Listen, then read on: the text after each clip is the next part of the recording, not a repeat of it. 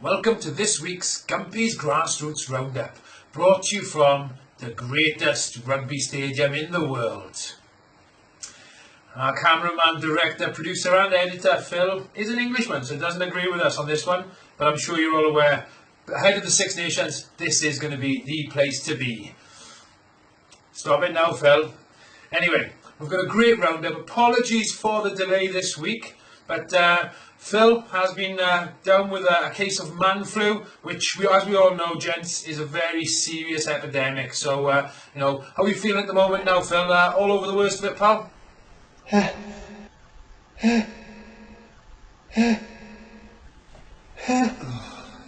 Welcome to Gumpy's Grassroots Roundup.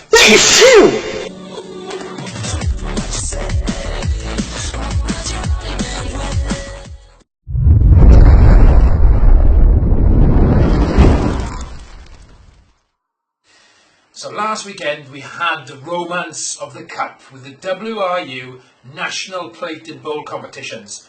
And boy, what results did we have in store. So, starting with the plate, and I mean really bringing home here the stuff of dreams. Complete underdogs, Crymych hosted Penarth, the defending champions, and one of this year's favourites again to reach the final for a third consecutive season. Crymych, though, had other ideas. Crymych, bottom of Division 1 West, with only one league win to their name all season, propping up the table. They hosted the near favourites at Park Lloyd Thomas in bitterly cold and windy conditions.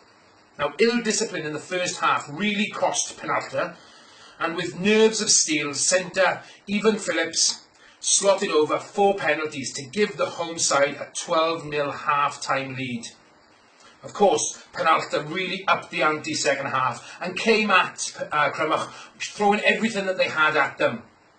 Pressure finally told, and front row forward Kieran Mahoney for Penarth crossed over the whitewash. The extras were added by Joe Scriven.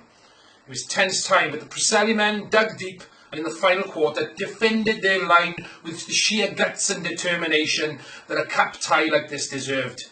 Seeing them through, and special mentions must go to Gareth Davis and Crymych's teenage sensation prop, Kemsley Mathias. Through to the quarter-finals now, and a home tie against last season's beaten finalists, Ysgolvera.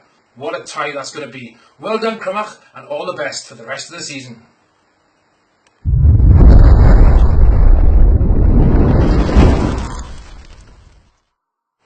This week's second match report comes from the National Bowl competition last 16, when Nant Garedig hosted the favourites for the competition, Taffswell.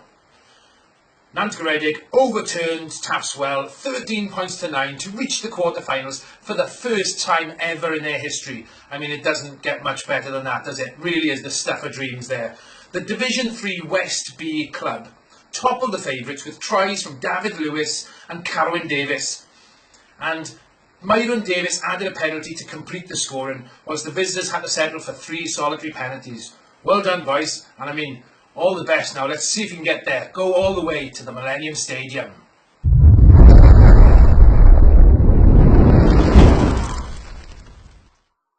And now a recap on some of the other results from the last 16 of the WRU National Bowl and Plate competitions. So from the plate, we had the Division 1 North leaders, Nant Conwy. Third time on the road this season, came south, and this time they overturned Blaenavon 25 points to 15. And as a reward of that, then they they have the home tie where they face Division 1 West Central leaders Maesteg Quins in a shootout for the semi-finals. Now, Mountain Ash, it was a case of coolest head for the kickers, as they hosted Glamorgan Wanderers. The rewards, though, went to Luke Fish of Glamorgan Wanderers, who kept his cool, kicking them to a 6-3 victory to reach the quarter-finals. And in the bowl competition, Pennygraig hosted Penarth Seconds, or Penarth Troop, and overturned them 35-13. But I mean, it really is testament to the strength in depth that Penarth have as a rugby club, and the tireless endeavour that they're putting in for grassroots rugby, that they can field 2 sides that reach the bowl and plate last 16 competitions. So well done there, guys. Keep up the hard work.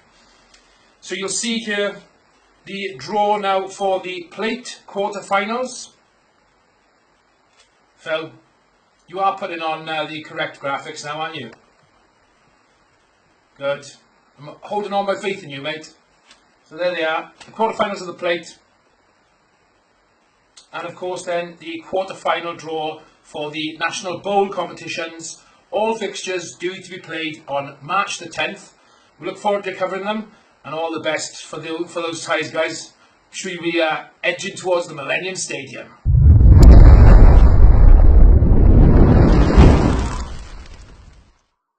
So that's it for another Gumpy's Grassroots Roundup, and that is what it's all about, guys, isn't it? I mean, getting there to the National Stadium to represent your grassroots club. So coming up on future Grassroots Roundup vlogs, we've got the oldest cross-border grassroots fixture between a Welsh club and a Scottish club, just ahead of the clash between Wales and Scotland in the Six Nations. We've got a launch of the first ever women's team to come from Port Talbot. We've got a special guest interview coming up on Gumpy's Grassroots Roundup. And lastly, a huge congratulations to a very good friend of mine, Mr. Mark Shepherd, on reaching 2,000 points now for Aberavon Harlequins and counting. Let's make it 3,000, Mark. All the best, mate, and all the best. Keep up for the rest of the season. Now, I hope you've enjoyed Phil's graphics and the green screen we've brought to you on Gumpy's Grassroots Roundup this week. And tune in next time for Gumpy's Grassroots Roundup. Phil.